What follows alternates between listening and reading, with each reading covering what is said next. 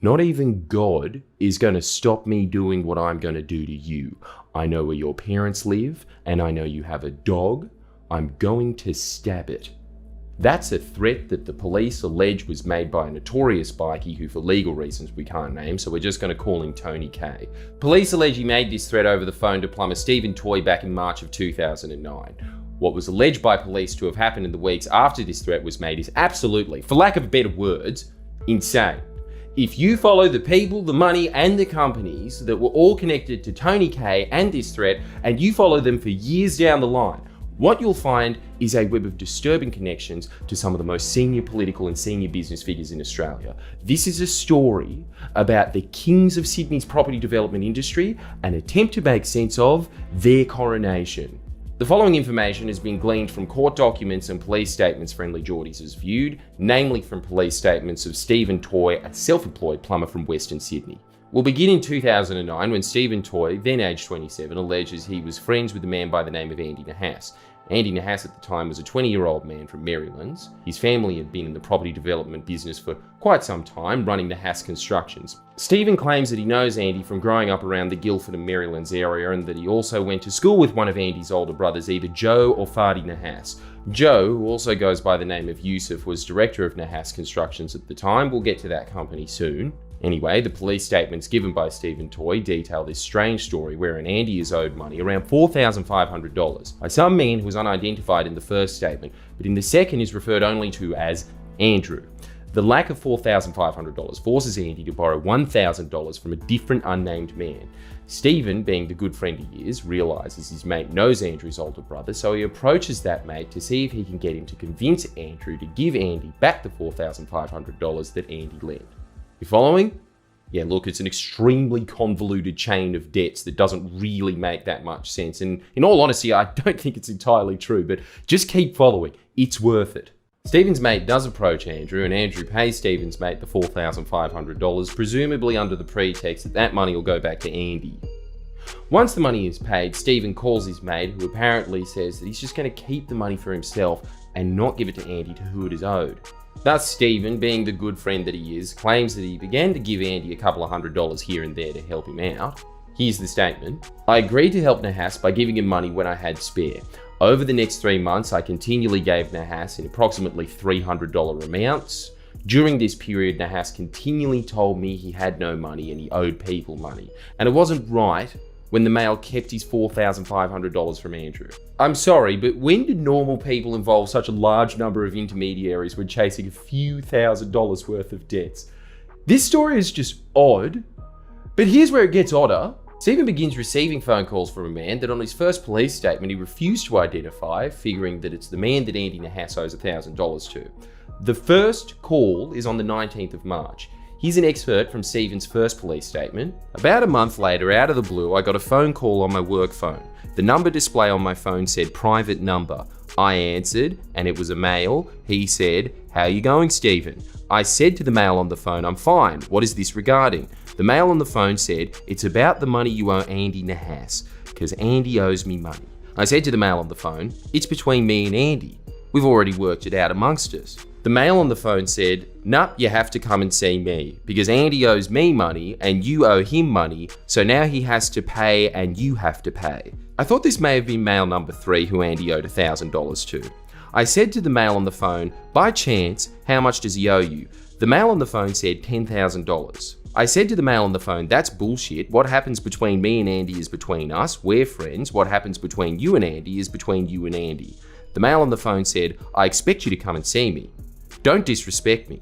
I hung up the phone, terminating the call. I did not recognize the voice of the caller. However, he did recognize the voice of the caller, as it's revealed in Stephen's second police statement. Not only did he recognize the voice of the caller, but the caller identified himself as a man that Stephen knew, Bandito's bikie Tony K.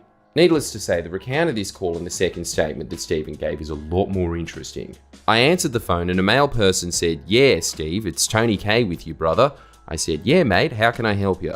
Tony said, "I need you to come and see me." I said, "What for?" Tony said, "It's got to do with Andy Nahas and some money." I said, "Mate, whatever got to do with me and Andy Nahas and money has to do with us. It has nothing to do with you." Tony said, Andy has been lying to me and he owes money and he hasn't told me the truth for a long time and I'm very upset with him. I'm going to speak with his brothers so I can get the money off them.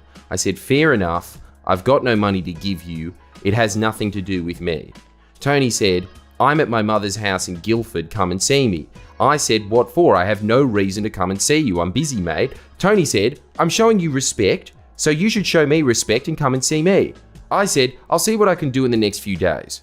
In this second statement, Stephen also claims that he'd seen Tony K around the Marylands area, had family connection to him, and also knew him from when he used to work security at the Pink Pepper Lounge in Parramatta, where he'd see him with a man that for legal reasons we'll call Charlie D. The reason as to why Stephen did not identify Tony on his first statement could be somewhat related to the last few lines of his second statement. I truly think that they would hurt or kill me and my family. They already hurt me so badly I thought I was going to die. And this is why I am truly fearful for my life and my family's. Yeah, we'll get back to that later. Back to where we were though, it's then claimed in the days following this phone call, Stephen received numerous calls from a private number, which he didn't answer as he believed them to be from Tony K. This was until around the 23rd of March of 2009 when the police and Stephen alleged that Tony K rang Stephen's personal mobile, a number which Stephen claims only his mother, father, brother-in-law, sister, and a couple of close friends including Andy Nahas possessed. Stephen's second statement reads as follows. I received a phone call on my personal phone. There was a number displayed on the screen, but I did not recognize the number. I answered the call. A male said, it's Tony, what's happening? How come you haven't come to see me? I recognized this voice to be the same voice of the male who called me the first time, identifying himself as Tony K. I said, mate, I don't have time for your shit. Tony said, where are you now? I will come and see you. I said, no mate, nup. Tony said, not even God is going to stop me doing what I'm going to do to you. I know where your parents live, and I know you have a dog. I'm going to stab it. I said, okay, mate, no worries. Are you finished? Tony said in Arabic, I'm going to f*** your God. I said, no worries, mate. I could hear a male voice in the background say, we're going to your parents' house. We'll see you there. I hung up the phone. About a week later, I went to visit my parents at the service station. I bumped into a friend who told me Tony K was in hospital. He had been in a car accident. Because I hadn't heard from Tony, I realised this must have been why. Then there's a rather large time gap between this and the next incident in the statement. It doesn't really detail any alarmed conversations Stephen might have had. I guess he could have just been relaxed about some bikey f***ing his God. According to the statements, the next event occurs on Thursday the 15th of April. Stephen goes to work at his friend's house at Rydalmere, and throughout the day he receives numerous calls from Andy Nahas. About 1:30 PM the same day, I saw a missed call on my personal mobile telephone from Andy Nahas. I called him back. Nahas answered and asked what time I finished work. I said, not sure, probably 3:30, 4 o'clock. Nahas said, okay, what time will you be able to come and see me? I said, I will ring you when I'm free.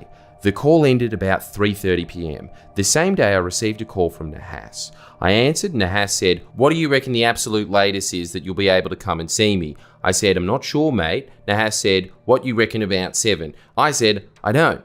Probably earlier. The call ended. About 5:30 PM I received another call from Nahas. At this time I was at another mate's house. Nahas said, how long are you going to be? I am in Guildford. I need to see you. We need to sort the money out. I said, just after 6 o'clock, I'm busy.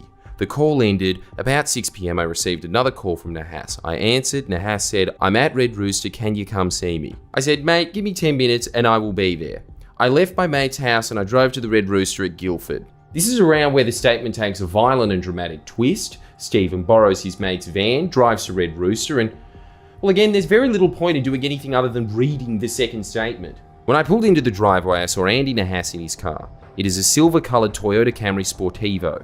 Nahas was in the front passenger seat, another male was in the driver's seat, there was another male in the back seat. I think they are uni friends of Nahas. I parked the van next to his Camry and spoke with him through the window. Nahas got out of the car and came to my window. Nahas said, look, what are you doing? I said, I have to go load the van. I need at least an hour and then I'll meet you. Nahas said, okay. At this time, a black Commodore drove into the car park. Nahas said, look, there's Sarge's car. The Commodore had very dark tinted windows and I could not see inside. It parked on an angle about 3 meters from the rear passenger side of my van. I turned my head to the left. and I saw all 4 doors of the Commodore open. 4 males got out of each door and ran to my van. At this stage, I only recognized Tony K. He ran to the passenger side of my van. Tony is about 22 years old. He is Middle Eastern appearance and is skinny. He is very tall, about 6'2". He's about my height, but because he's slim, he looks really tall. He was clean shaven and looks really baby-faced. He looks to me like a kid. He was wearing grey-coloured 3/4 pants, white-coloured Nike shoes, a dark-coloured hat, either Nike or G-Star, and a grey and horizontal striped hoodie. The hood was on his head covering the hat. As he was running towards the car, he held the front of his jumper up and I could see a Glock. The Glock was black, but looked badly scratched.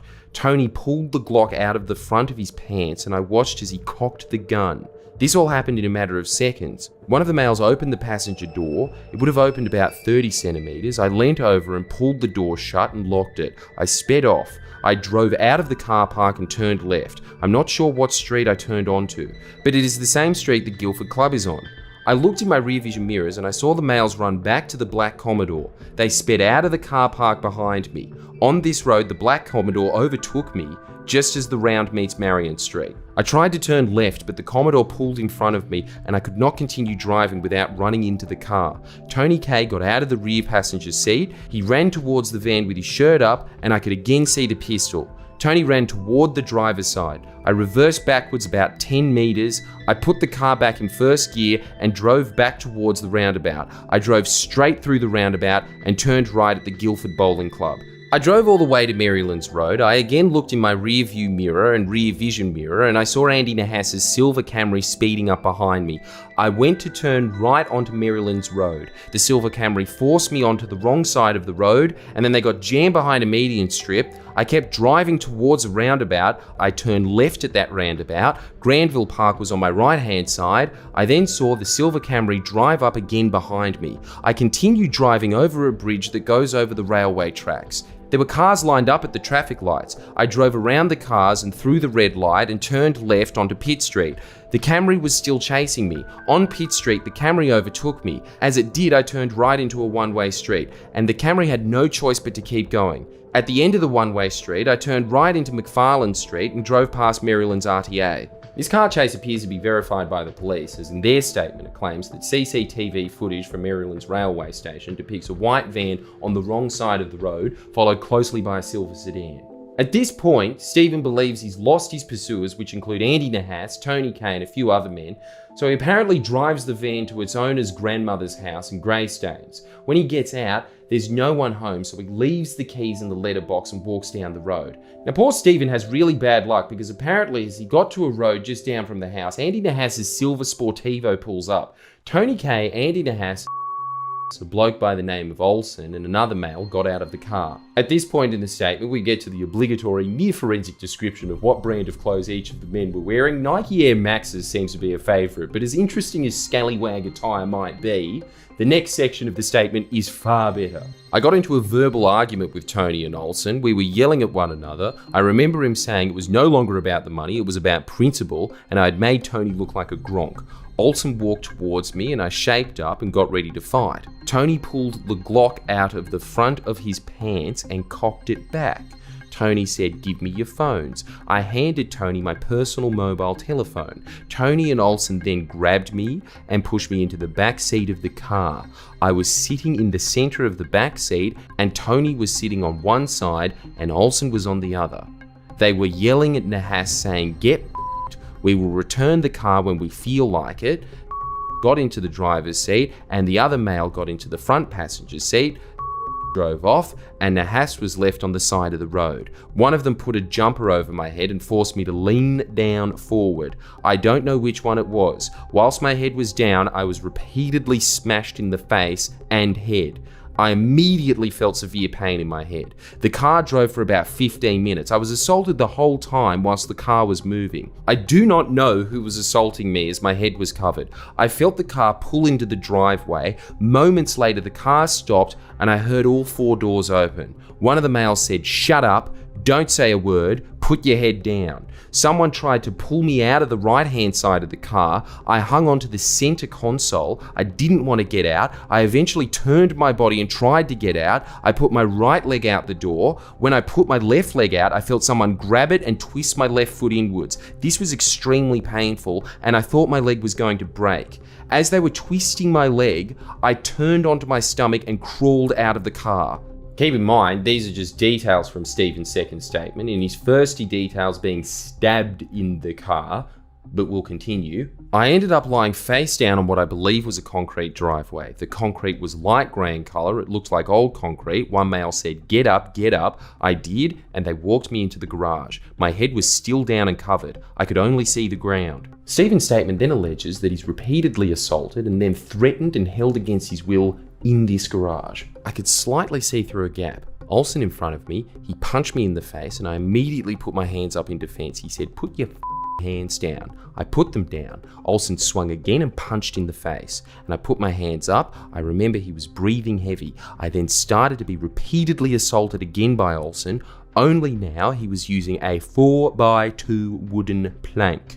It was painted a very light grey, blue colour. He was hitting to my face and arms. During this time I saw Charlie D. He was with Tony and Olsen was still in the garage. I know Charlie D through work when I was in security. He had caused a problem at one of the clubs I was working at in 2007. Tony, Charlie and Olsen had a conversation. I heard one of them say, "What are we going to do with him?"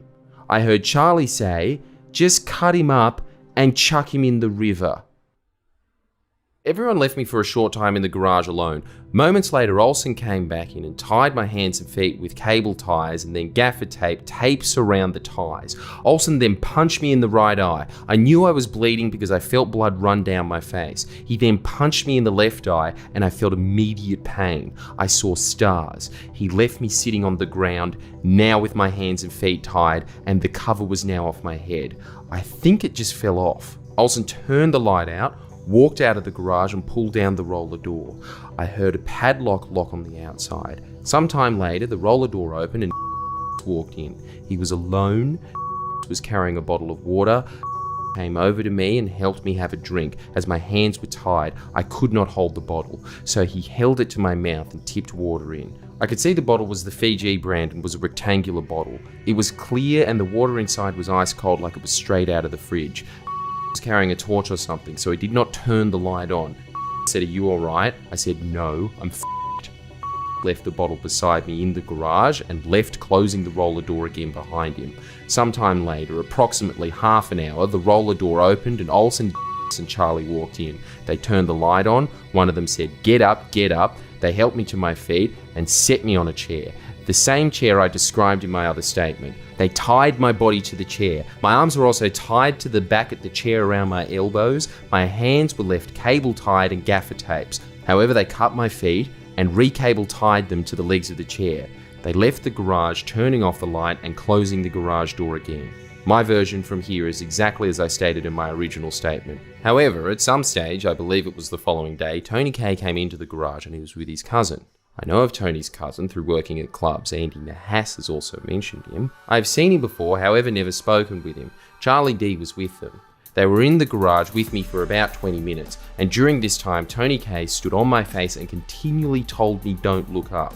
The other two were saying stuff, but I don't remember what they were saying. At one stage I was lying on my side and Tony was standing on my face. Tony said, "Go and get the bolt cutters. We're going to cut your toes off and send them to your mum." I screamed, "No, no, no, no." And I started kicking and moving. Tony K said, "Okay, we won't do that. We will cut your finger off and send it to your mum. You won't bleed though, because we will burn the metal and hold it where we cut your finger off and it will stop the bleeding." Tony K then said, "Look up."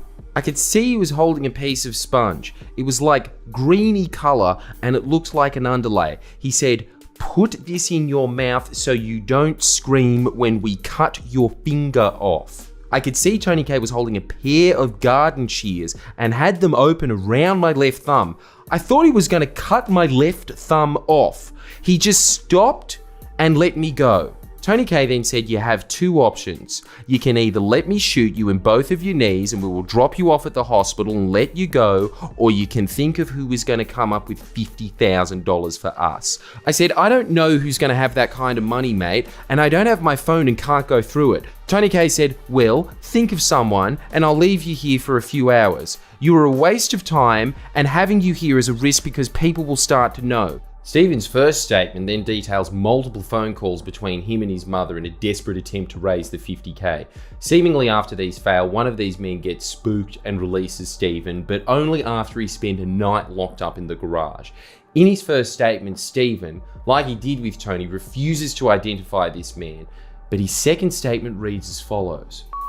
Was the person who took me home. There was no one else there that day. The reason I did not tell the police this part of my version when I first made my statement was because I'm extremely scared of these people. During the time they held me, they repeatedly told me that if I told police or anyone went to the police, that I'd be dead. No one would ever find me, and they would do the same to my family. What they did to me, they had people on standby to do it. From this experience, I believed this to be true. I truly think that they would hurt or kill me and my family. They already hurt me so badly I thought I was going to die, and this is why I am truly fearful for my life and my family's. I am so scared that they will do more bad. They know where my family live. Since the incident, I have been in hiding because I'm scared they will come and kill me.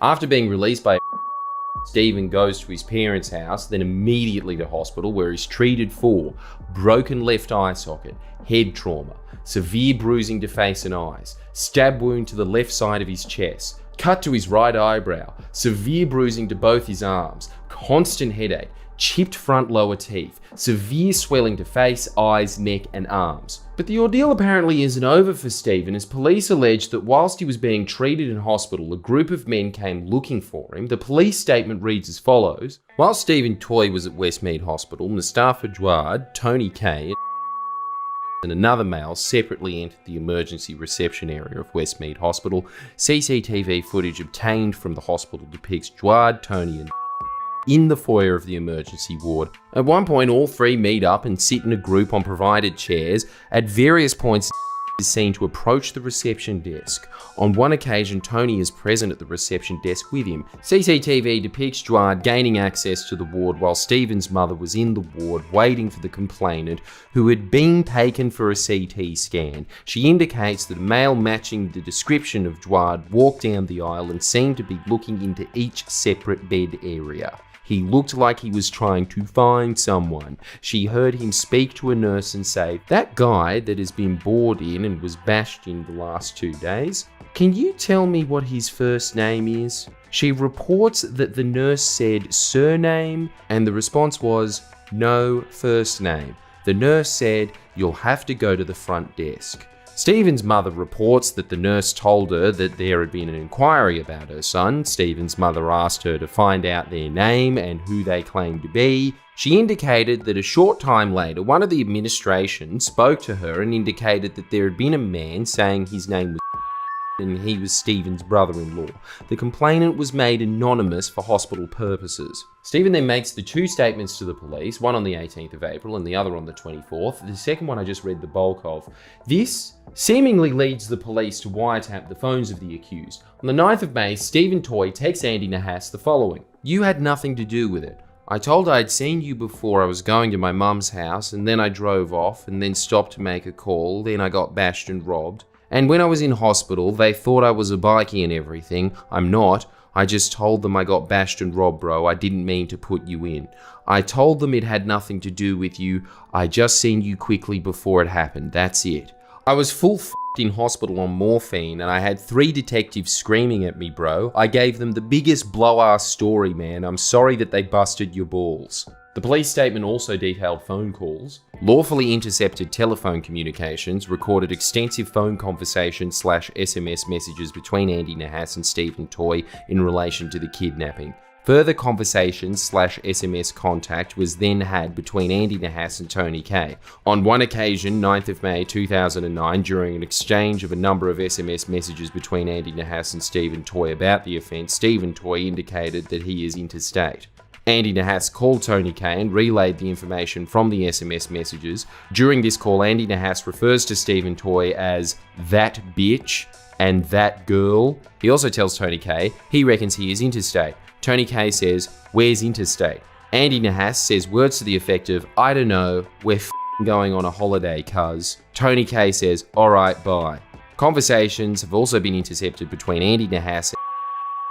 3 days later, on the 12th of May, about 20 heavily armed police raid the homes of Tony Kay and 3 other suspects, arresting and charging Tony Kay, Andy Nahas, and Olsen with kidnapping offences. I believe all were denied bail apart from Andy Nahas, who was released on a $25,000 bond paid for by his brother Joe Nahas. Along with the bond, Andy's bail conditions included report daily to police at Marylands, surrender passport to register at Liverpool local court, do not apply for any travel docs or approach any points of departure from Australia, not approach or contact any co-offenders, victim or witnesses or cause anyone else to, and a non-association order with any members of the Bandidos Motorcycle Club. On the face of it, this ordeal appears to be a pretty slam dunk case for the cops. You've got a witness, phone taps, CCTV footage, but what happens just a month later appears to derail the entire case. On the 15th of June 2009, the police receive a letter from Stephen Toy's lawyer advising them that Stephen no longer wished to be a witness. It reads as follows: "Dear Detective Sergeant Woods, re Stephen Toy. We've been instructed to advise and represent Mr. Toy in relation to an investigation which we understand is currently being conducted by you and by other members of the gang squad. We understand the police spoke to our client on or about the 17th of April when our client was a patient at Westmead Hospital. Certain allegations were apparently made by our client at that time, although at that time we understand no person was identified by it. We were also instructed that on a subsequent occasion our client was spoken to at a police station. At that time, further information was provided by our client to police in which persons were apparently named by him. We are instructed that our client has serious reservations and concerns of the accuracy of the information he provided to police. He instructs us that he is uncertain about the accuracy of allegations he has made, particularly as he was under a regime of medication on both occasions following prescription by hospital medical staff, which includes sedatives and painkilling medication in addition to antibiotics.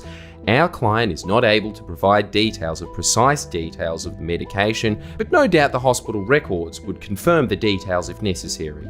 Our client instructs us that he does not wish to pursue any allegations he may have made, nor does he wish to participate in any other interview by police, nor does he wish to become embroiled in any criminal prosecution as a witness. Our client wishes to resume his normal day-to-day life without being subjected to the pressure inherent in criminal proceedings over which he has no control, and in which allegations he has made, which are unreliable to say the least, given his previous medical condition, will be relied upon to prosecute other people. In these circumstances, our client has instructed us that he does not wish to be approached by police. If there are any further matters which the police wish to take up with our client, he requests that these be directed to this firm. Subject to any advice by this firm to the contrary, our client will not agree to be questioned directly. We look forward to receiving your confirmation that police will respect the wishes of our client. Yours faithfully, Chris Watson, Watson Solicitors." Odd. Police then get a forensic scientist to basically state, no, antibiotics are not magic mushrooms, they don't change your memory, quote. Their medication he was taking or prescribed would not have caused him to give inaccurate information to police or be uncertain of events which are described in Mr. Toy's statements. However, he was allegedly kidnapped and assaulted, which would be expected to have a traumatizing effect and may affect memory. Various legal skirmishes ensue over the following months. In December 2009, Andy Nahas's lawyers flagged their intention to cross-examine Stephen Toy. Keeping in mind, this is months after Stephen's lawyer had stated to the police that Stephen no longer wished to be a witness. The Department of Public Prosecutions agreed to cross-examination, yet there's a question as to if the hearing will even happen, as the key witness is not supporting the prosecutions. Then there are very little documents we've managed to view really until August and September of 2010. The most interesting one being this one dated the 6th of September 2010, where a police officer from the gang squad makes the following statement. Between the 2nd of August and 6th of September 2010, I made numerous attempts to locate Stephen Toy, including attending his last known premises. Every time I attended these premises, no persons were home. On the 6th of August 2010, I attended the last known address for Toy's solicitor. No persons were at this address. I then contacted the mobile telephone number for this service. No person answered. And there was no message service for a message to be left. I then got in contact with Decran Yakinian, Toy's last known solicitor, who stated to police that he had not spoken with Toy in some months and no longer had his contact details. Yakinian was going to try and get his details from a friend of Toy who still was in contact with Yakinian. From this date, I've been unable to get in contact with Yakinian. The mobile telephone rings out and there's no message service. On Monday the 30th of August, I spoke with a source who stated that Toy was now friends with Tony K and would not be attending court even if he was issued with a subpoena. The source stated that Toy would rather be charged and sent to jail himself before attending to give evidence as a witness. Inquiries relating to the medical records and tax records have both been made and neither assisted in locating Stephen Toy. He disappeared. Police couldn't find Stephen. Fun fact, Toy's last known solicitor, Decran Yakinian, the one that police also couldn't contact, he had a professional misconduct finding held against him in 2019 for various reasons, including misleading a court. And the same day this statement is made by the police, the charges against Andy Nahas are dismissed. I believe it's the same for his co-accused. But it gets better for Andy and co, as not only are the charges dropped, the Department of Public Prosecutions pays for their legal costs. Andy gets over $30,000. Oh, but Andy was lucky already because according to documents viewed by FriendlyJordies, Nahas Constructions, the firm run by his family, was already paying his legal costs. That might explain why they were using Doyle's construction lawyers in a serious criminal matter. What a story as it is. An alleged violent kidnapping, police raids, phone taps, a witness seemingly disappearing. It's like the end of season 1 of The Wire. But to get to the real heart of this story, you have to see what the accused got up to in the 12 years following this ordeal. Tony K, up until recently, ran a construction business creatively titled K Constructions. He remained squarely in the eye line of cops in the years after the kidnapping charges, chiefly for an unsolved 2009 murder, an alleged murder that took place just months before the alleged kidnapping. No wonder Stephen was scared. For over a decade, this murder has gone unsolved and no perpetrator was arrested. Earlier this year, Tony K was charged with the murder, but who and what are the political connections to the people involved in this ordeal? Well, Andy Nahas also stayed in the construction industry, eventually becoming the secretary of a large property development group, Coronation Property, in 2016. Any guesses who Coronation Property hired as their executive director earlier this year? Yeah, it's John Barilaro. Again. Yes, bruz. Announcing that he was working for Coronation, the company that Andy Nahas, the guy police unsuccessfully alleged was a kidnapper, worked for as well, Barilaro grandly proclaimed, "It's rare in life to come across an opportunity where the vision excites you and the passion of the individuals behind the name is so infectious that it captures you. Let me introduce to you #Coronation Property. My next chapter begins." He just has an eloquent way with words. But what a short chapter that was. Not as short as the one that followed it. John goes to New York from February this year right up until he got his trade commissioner role. Well, right up until he thought he got the trade commissioner role. John Barilaro worked as the executive director of Coronation Property, the property development company run by the Nahas family. And the secretary at the time was our friend and co-star of the story that you just heard, Andy Nahas. Coronation Property is the company that grew from the ashes of Nahas Constructions, the company that paid for Andy's legal costs. Both have been directed by Andy's brother Joe Nahas, or Yusuf Nahas as he sometimes goes by. Nahas Constructions' connections to this alleged kidnapping are at the very least bizarre. Police claim that the phone calls that took place when Stephen was kidnapped between him and his mother, where he demanded $50,000 for Tony K, in exchange for not being chopped up and thrown in the river, those calls were made on a phone that was subscribed to a provider by Nahas Constructions. By the way, they also alleged that one of the co-accused was employed by Nahas Constructions. I believe at some point the police alleged that Tony Kay was also employed by Nahas Constructions, but statutory declarations submitted by Joe and Fadi Nahas of Nahas Constructions vigorously disputed that claim. Alleged bikie connections aside, the political and business connections of Nahas Constructions from around the time are compelling. Nahas Constructions donated $13,950 to the Liberal Party in 2010, leading up to the 2011 election. They also used to be the goalpost sponsor of the Parramatta Eels. In fact, it had been previously reported by the Sydney Morning Herald that director Joe Nahas in 2010 had facilitated an introduction between a Parramatta power broker and a member of the Obeid family. Coincidentally, in 2016, Tony Kay made headlines after Parramatta Eels footballer Corey Norman and Junior Palo and Penrith Panthers James Sagiaro were photographed dining with him and members of the alleged Alameddine crime family at Golden Century Restaurant. Later in the night, Norman was caught in possession of drugs at Star Casino. The footballers were issued warnings by police for consorting with criminals. But back to what happened in Nahas Constructions. Well, as the Obeids well and truly found out, all good things must come to an end. And in 2012, Nahas Constructions went bust, leaving a trail of subcontractors chasing up unpaid debts. In fact, one subcontractor, Bluestone, blamed Nahas Constructions' alleged failure to pay them for their work for their demise. Things obviously got pretty desperate, as it was reported in 2013 that Standover Man and Mick Gatto associate Alex Talul was employed by desperate contractors to chase debts from Nahas Constructions. It wasn't looking good for the Nahas family business. Kate McClymont reported in October 2012, Joe Nahas, who also goes by Yusuf Nahas, listed himself as unemployed on his personal insolvency agreement. This allows a debtor to come to an agreement with creditors to settle debts without becoming bankrupt. Yet only about a year later, as reported by McClymont, in March 2014, he became a director of Coronation, and 2 months later, Nahas finalised his obligations to creditors, according to corporate records. Like a phoenix from the ashes, Coronation Property rose. Coronation Property is a venture between the Nahas family and corporate lawyer and businessman John Landerer, who along with Joe Nahas became a director. Like the Nahases, John Landerer is also a Liberal Party donor, donating tens of thousands of dollars to the party over the years, including to the New South Wales fundraising body, the Millennium Forum.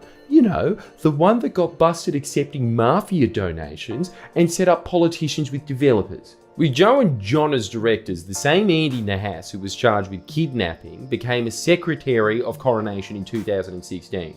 FriendlyJordies has previously revealed that this is the same year in which Andy was also charged with assaulting a security guard. For this charge, the other director of Coronation Property and esteemed lawyer John Landerer provided a character reference for Nahas. How sweet.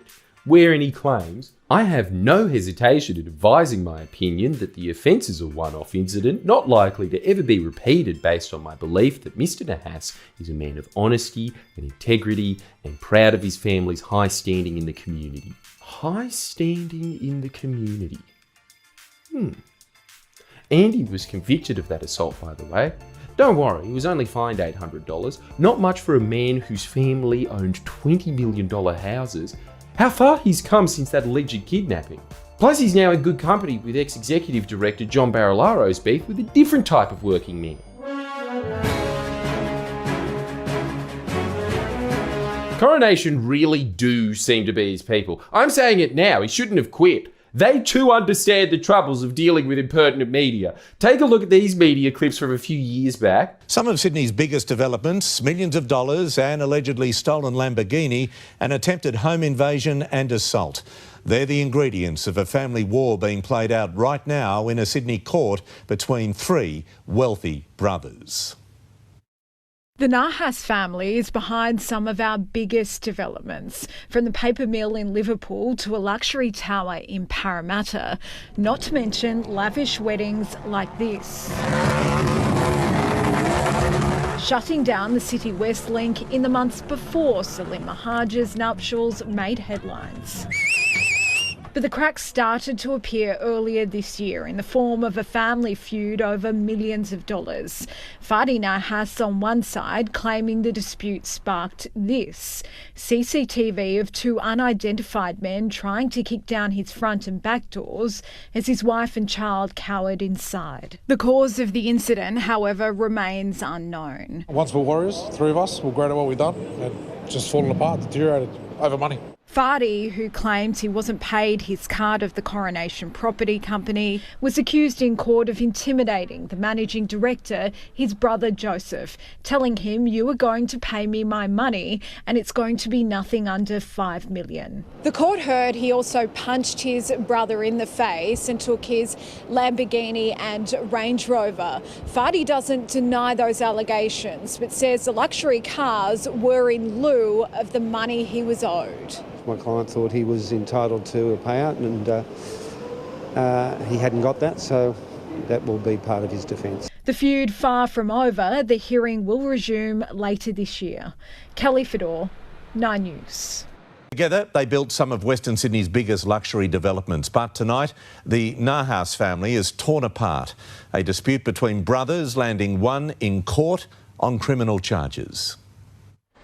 It's a decision which brought Fadi Nahas relief, but not much more. I'm very disappointed it came to this. I don't see it as a win for anyone.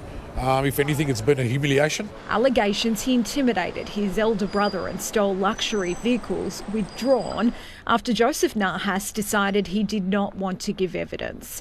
The elder Nahas is the managing director of the Coronation Group, behind developments which include the paper mill in Liverpool and a luxury tower in Parramatta. It's that company which Fadi Nahas says they fell out over, admitting he took things too far in March when he confronted Joseph Nahas, saying, "You don't want to meet up, you dog," before he slapped and punched him. The magistrate accepted the assault came during the ongoing dispute between the brothers. She said this was out of character for a man who did not have a violent record, and so she handed Nahas a $1,500 fine. Families and money are always a problem. Most people would agree with that, but being able to resolve it is a great outcome. And Fadi Nahas says he'll still pursue the money he claims he's owed. So in due course, they will be resolved. Family trouble. Barilaro sure can empathise.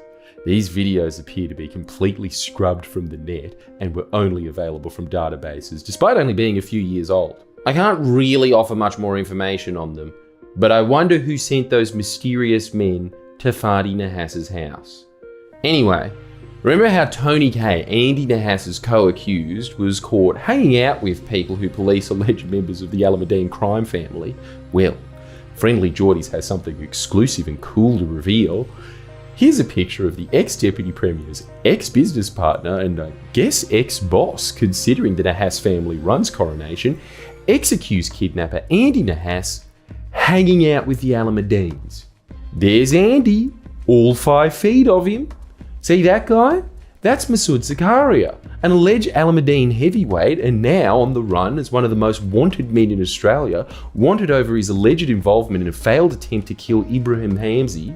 A company he directs, Zach Services, is also a shareholder in labour hire business Alpha Omega Enterprises. We asked if Coronation or MM Builders have done any business with Alpha Omega Enterprises.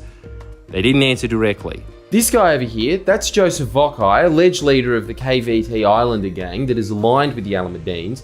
He's currently imprisoned, refused bail over the same failed plot to kill Ibrahim Hamzi. And him? That's John Baysari, another Alameddine associate. Earlier this year, he handed himself into police after being wanted alongside Masood and Joseph. He was charged with 9 offences, which included the usual drug possession and supply, dealing with proceeds of crime and participating in a criminal group. It's just insane. In just December last year, all 3 of these men were wanted by the cops, and here they are posing for pictures with the Deputy Premier's business partner. And this guy? That's Ali Yunus, the cousin of the alleged head of the snake, Rafat Alameddine. You might know him better as a huncho. Stab you in your blood vessel, these cars ain't rentals, these bras ain't special. This money high level, we gon' put you in your kennel, nah bitch, no wrestle, all my homies coming several. Wrap you up like a traffic. What the hell was that? If this picture wasn't good enough, here are some close-ups of A Huncho with our guy Andy Nahas. Coronation Property has some associations with really questionable characters. And the Alameddines too. We think this Trade Commissioner scandal is outrageous, but these are the people that the ex-Deputy Premier of New South Wales went to work for immediately after leaving office, and the Parliamentary Ethics Advisor approved. Nobody batted an eye. Apparently the second highest office holder in the state, parachuting from that job to become a property developer is just fine in New South Wales. It's already been reported that John Barilaro made representations to the Building Commissioner on behalf of Coronation Property. So watch this space. We put questions to John Landerer, Andy Nahas, Joe Nahas and John Barilaro. Their responses are here. This is just the beginning of an ongoing investigation into Coronation Property. We have more to come, especially pertaining to their dealings with contractors. So if you've had dealings with Coronation, or have any information you wish to share, send it to FriendlyJordies@protonmail.com. Stories like this take a large amount of time, resources, legal risk, and just plain risk to produce. If you appreciated today's video and would like to see more long-form investigations like it, please become a patron. Links to our Patreon in the description, and you can also click the link here. You can also buy a Fixated Persons Unit t-shirt. And as a final note, I want to emphasize the size and wealth of Coronation Property Co. This video was the story, or lack thereof more accurately, about the people that ran a bus construction company rising from the ground to be crowned one of Sydney's largest developer families, Coronation Property Co.